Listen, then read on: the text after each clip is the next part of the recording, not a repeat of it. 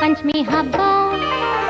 ಹಬ್ಬ ಉಳ್ದಾವ ದಿನ ನಾಕ ಅಣ್ಣ ಬರಲಿಲ್ಲ ಯಾಕ ಕರಿಲಾಕ ಅಣ್ಣ ಬರಲಿಲ್ಲ ಯಾಕ ಕರಿಲಾಕ ಪಂಚಮಿ